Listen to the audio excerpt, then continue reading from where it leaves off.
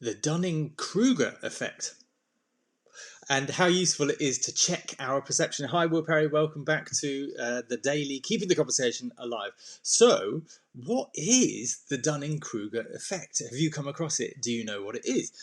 You probably know something similar in the learning cycle of whether it goes back a long time, but often come across it in corporate education where, when a kid, a 3-year-old, thinks it's easy to drive, you bounce up and down, go on a car steering wheel. That's easy. In fact, my daughter did it this weekend. I drive, Daddy, I drive. No, you can't drive. So yes, I want to. They can get quite, and that's when you don't know that you don't know how to drive. You don't know you don't know. There's 4 stages of it. Oh, that's 4 fingers. So you don't know you don't know.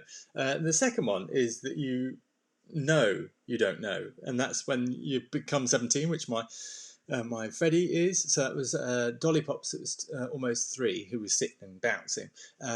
Freddie's just turned 17. He's taken his first. He's been out in a car on L plates with the driver. Learn a driving lesson, and he's now realising, yes, I almost died at a roundabout. He said there was a lorry parked. Yes, I almost died. He didn't, but he was joking about it. But he's realising that there's so much stuff that he has to do all at the same time that he doesn't know about. So that's the knowing that you don't know. And then there's using the analogy of car driving. Still, there's probably where you and I are. We don't know what we know. No, let me think about this. Oh gosh, you don't know what you know what you don't know. You know what you do. Flipping heck. This is painful. So anyway, there's where you and I are in terms of the driving. We don't think about driving. It's all autopilot because it's in here already. So that's the level of. Because I'm trying to think of the next one now. That's the level of that you. Oh no! Just pass the driving test. I've got it. Hurrah! That you've just passed the test. So when Freddie or no, maybe even Jake. Jake, who's 21. I'm just trying to get all my kids in there. Lulu, I'll put you in there somewhere. Jake is 21. He's been driving for a few years now, since he was 17, and. Yeah, he's got his own car. He's done quite a few journeys now. I said to him the other day, I said, "We've been on motorways." He said, "Yeah, they're really easy." I said, "Have you, seen any scary situations on motorways? Because when it happens pretty fast." Oh yeah, there was one. He said it happened so fast, it was so scary. That everything had come to a halt, and it's like then you're looking at the car behind, and suddenly you become conscious of all these things that you need to do, and then you realise. You don't know. So there's new stuff, new levels, it's like crap, and you have to concentrate. But that could be not just a new learner, but that could be things that you come across that you're not sure about, new journeys, where you suddenly have to become conscious of what you're doing, literally driving the car.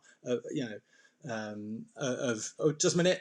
If you're eating or chatting, just a minute, or turning the volume down on the radio because you need to concentrate on the actual mechanism of what you're doing. That's when it's not you don't know what you don't know what you don't know. You know what you don't know, and that's knowing what you don't know.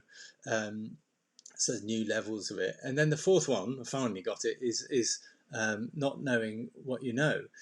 So and this is maybe where you and I are at, if you've been driving for many years, that thing about when you need to go to a place. I'm going off on a huge tangent here, but it's all relative. When you go to somewhere and you think, what route do you take? Bloody hell, I don't know. When you just came on automatic, you didn't think about it, or you had a long conversation, you had a lovely conversation with the person, but you didn't think about driving once. And then if somebody teaches you to drive, you go, oh yeah, put the clutch in. Sorry, start there, put it in neutral first. Right, that's. And then you have to think about what comes first, because it's just so, well, you get in and drive. Duh. It's all so automatic. You realise you don't know what you know.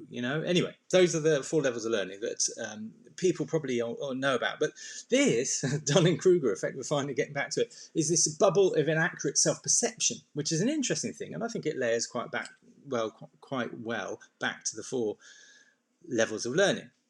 you can't see your own faults or your own gifts, which is an interesting thing. It's got a name. It's been quite well studied and looked at, and poked and prodded. It's called illusory superiority. So we have this illusion that we're superior, but not in a negative sense. It's just kind of in an inaccurate sense. So people were given cognitive tests, and the people that performed in the bottom 25% showed a large illusory superiority.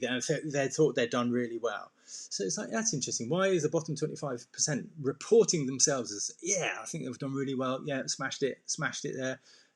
Who do you know that says smashed it, smashing it, smash? They think they've done really well, and it's a phenomenon. It's not just a certain type of people. It's a phenomenon.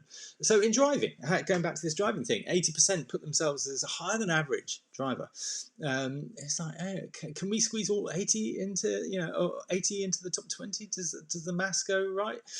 Health. Most people, participants, report themselves as being healthier than average. So that average person must be pretty ill if we all put ourselves above the line. So this illusionary superiority, can you see how it's taking shape? IQ is an interesting one.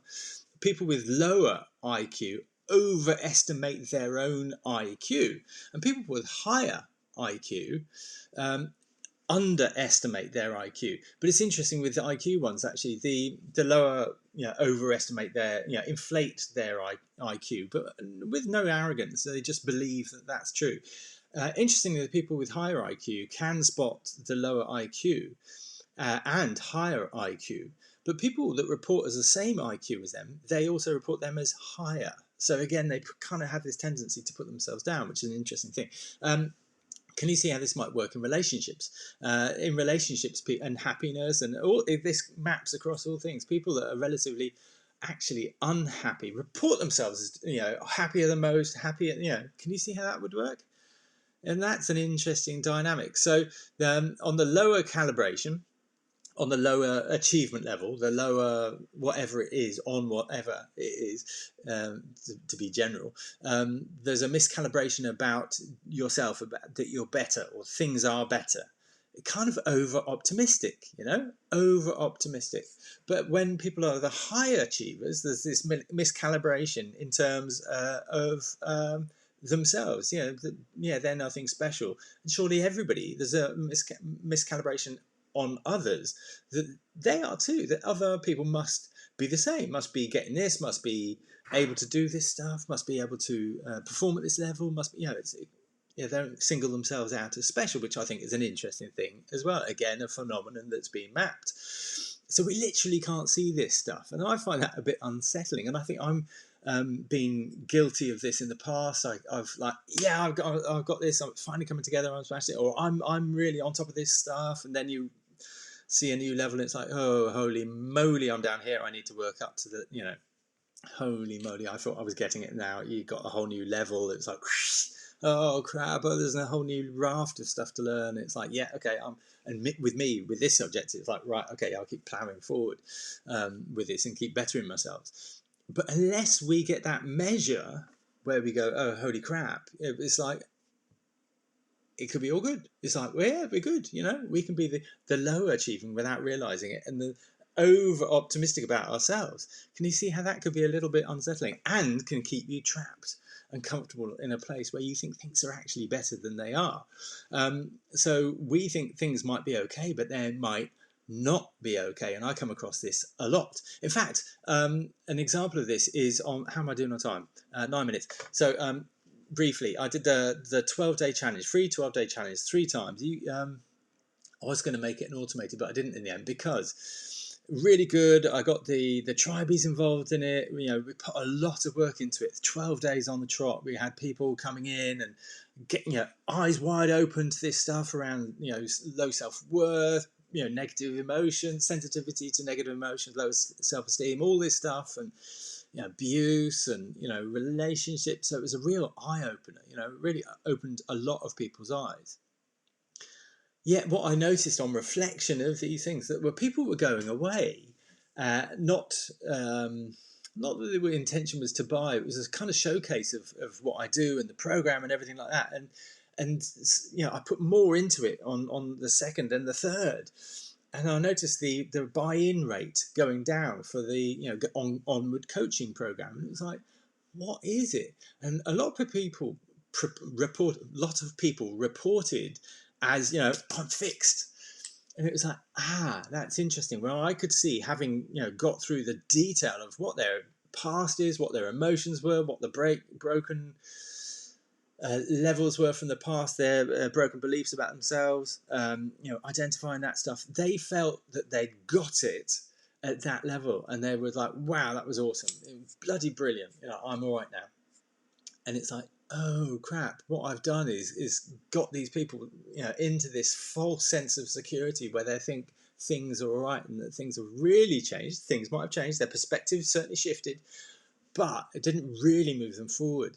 So it's like, crap, what I need to do is give an awareness of, without going into so much detail, where they might fall into the trap of thinking, I'm fixed, thanks Will, see you later, because it's a false sense of security. It's like, actually things aren't that good. So I'll round it off here. But what's my invitation to you? I guess from this, my invitation to you is, by all means, take the test if you haven't taken the test, because that's a way of self-assessing where how your negativity towards yourself is. Is it a healthy level? Is it a kind of borderline level, or is it low self-esteem on the self-esteem test, which is a really quick and I think gives a good indication in terms of where your thinking about yourself is. So if you haven't taken the test already, take the test, because that gives a number. So it's very subjective as to how you're feeling. So if you want to answer it, I can see where this question is coming from. You absolutely can. So if you answer it quickly and honestly, that will give you a good indication, a good test. But if you overthink it, then you can swerve it and make it report how you want to make it report. So there's that. Or ask me a question. Ask me a question from this. What comes up to in your mind from this kind of comfort level where people, maybe low achievers, think that they're doing better than they are? What questions come to mind for you? Ask me the question. Look at the people around you, because the low achievers will be, generally attract. That old adage that we attract the people, or we work at the level of the people around us, the first 5 people, the closest 5 people. What are they like? Because we're quite good at spotting things in other people that we're not quite so good at spotting in ourselves. So that might be an interesting thing for you to notice. And share with me what you get from that. Share with me what comes up from this. If it's just lots of questions, give me a few questions. If it's something deeper that you notice, something maybe uncomfortable, something interesting to you, I'd love to hear from you. Many thanks. Hope that's interesting. Speak to you soon. Goodbye.